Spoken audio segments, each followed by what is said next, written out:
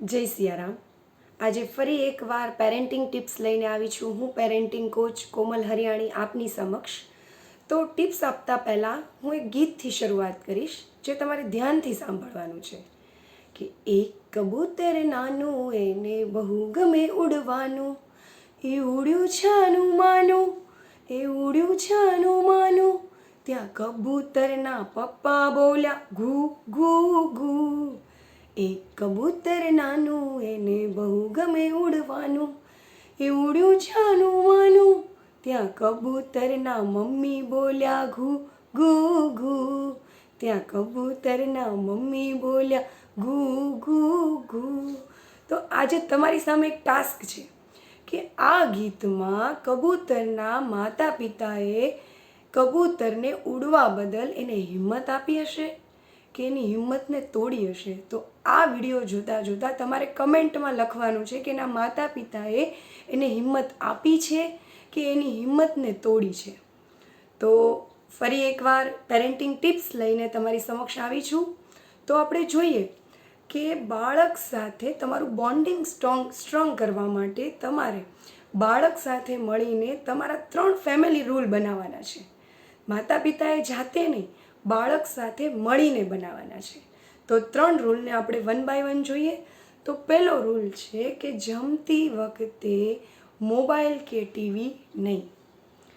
ઘણીવાર એવું લાગે કે બાળક 2 દિવસ ગુસ્સો કરશે, એને નહીં ગમે અથવા જમવાની ના પાડશે. ધીરે ધીરે મનાવો, વાતચીત કરો અને ફાઇનલી એક દિવસ એવો આવશે કે ટીવી કે મોબાઈલ વગર તમે સાથે જમતા હશો.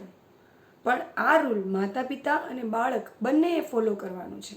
ઘણીવાર પપ્પા આવે અને તરત સમાચાર કરે, અને એવું નહીં.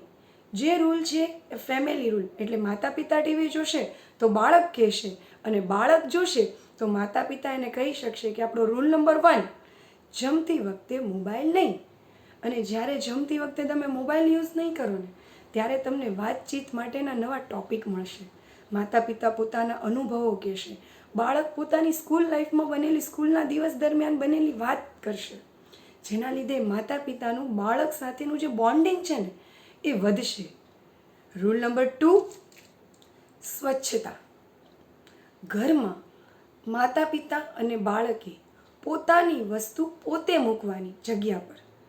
તો આ રૂલથી ફાયદો એ થશે કે બાળક પોતાની વસ્તુ રમવા માટે લેશે, પોતાની બુક્સ ભણવા માટે લેશે અને ફરી એ જ જગ્યાએ પોતે મૂકશે. એની સાથે સાથે પોતાના પિતાને પણ એ કામ કરતા જોશે કે પપ્પા પોતાની વસ્તુ જ્યાંથી લે છે ત્યાં જ પાછા મૂકે છે. એટલે આ સાથે એનામાં એક ડિસિપ્લિન આવશે કે પોતે જ્યાં વસ્તુ લઈએ છીએ એને એ જ સ્થાન પર પાછી મૂકવાની. અને રૂલ નંબર 3 જે મહત્ત્વનો છે કે મમ્મી પપ્પા જ્યારે બાળકને કંઈ કહે અથવા બાળક જ્યારે મમ્મી પપ્પાને કહે ત્યારે રિસ્પેક્ટ સાથે વાત કરે. ઘણીવાર એવું થશે કે મમ્મી પપ્પા કંઈ સલાહ આપે તો બાળક રાડો પાડે, ગુસ્સે થાય, રડે. માતા પિતાને એવું થાય છે કે બાળક મારું માનતો નથી, મારું અપમાન કરે છે. પણ ઘણીવાર એવું બનતું હોય છે કે બાળક છે એ તમારી સાથે ડિસએગ્રી છે, ડિસરિસ્પેક્ટ નથી કરતો એ તમારી. એટલે આ જોવાનું છે કે જ્યારે બાળકને તમે કંઈ કહો ત્યારે બાળક છે રિસ્પેક્ટફુલી પોતાની વાત રજૂ કરે. અને ઘણીવાર એવું પણ બનશે કે બાળક માતા પિતાને કંઈ કહે તો માતા પિતા પણ રિસ્પેક્ટ સાથે બાળકને પોતાની વાત કહેશે. આ કહેવાથી બાળક છે એ ચીડિયાપણું અટકશે અને બાળક છે એ નરમાશથી, ધીરેથી પોતાની વાત રજૂ કરતાં પણ શીખશે. તો આ 3 રૂલ, ફેમિલી રૂલ, તમારે ફેમિલીએ સાથે મળીને બનાવવાના છે. અને આ રૂલ ફોલો કરો છો કે નહીં એ મને ખાસ તમારે કમેન્ટમાં કહેવાનું છે.